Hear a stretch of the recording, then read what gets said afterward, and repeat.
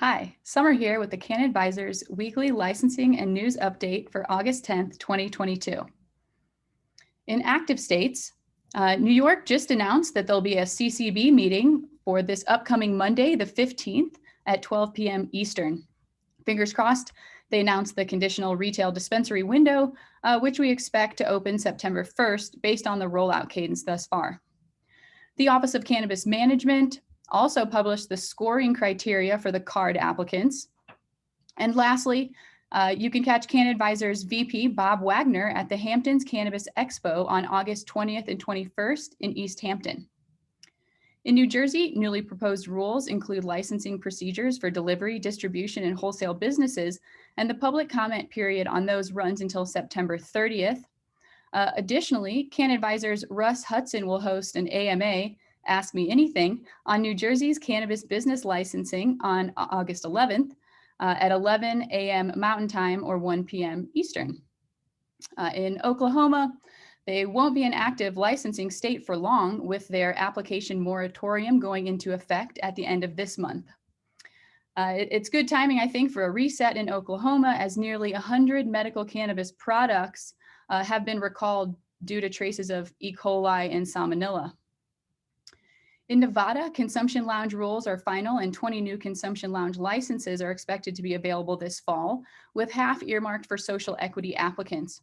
Nevada's lounges will operate more like bars by selling single-use products rather than requiring customers to bring their own cannabis, which is what we're seeing mainly in other states.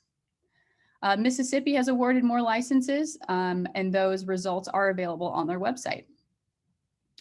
In ballot activity, in Arkansas, the proposed recreational marijuana amendment was rejected by the State Board of Election Commissioners, and advocates have since asked the Arkansas Supreme Court to overrule the state election officials' decision and to get that back on the ballot.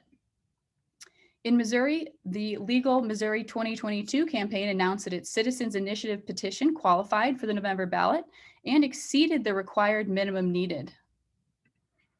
In Lincoln County, Mississippi, activists collected enough signatures to force a local ballot vote to overturn their Board of Supervisors' decision to ban medical cannabis businesses. In Wisconsin, city and county voters will see non-binding marijuana legalization advisory referendums on their local ballots in November. Those results won't immediately change cannabis policy, but they could send a strong message to state lawmakers. The Harker Heights, Texas City Council voted to place a marijuana decriminalization initiative on the November ballot.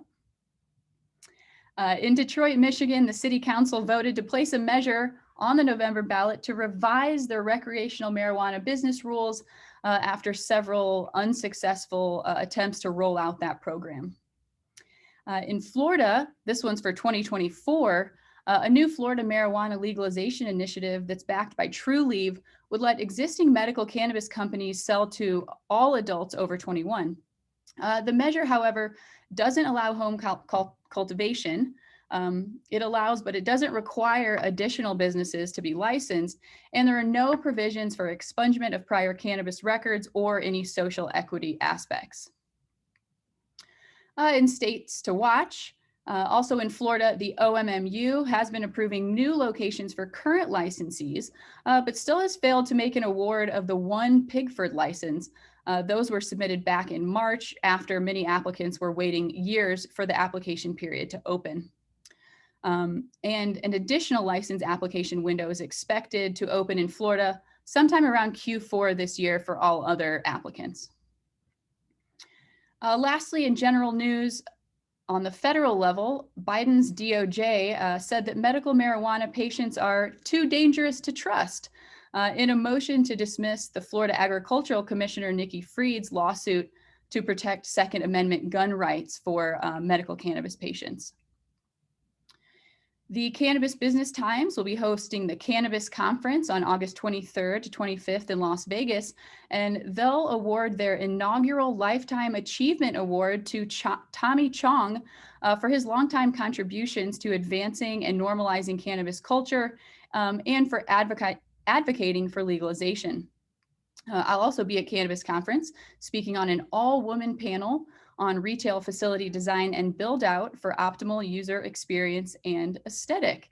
So let me know if you'll be there. I'd love to meet up. Those are the top news stories for the week. Thanks again for joining our legislative and licensing update. See you next week. Thanks.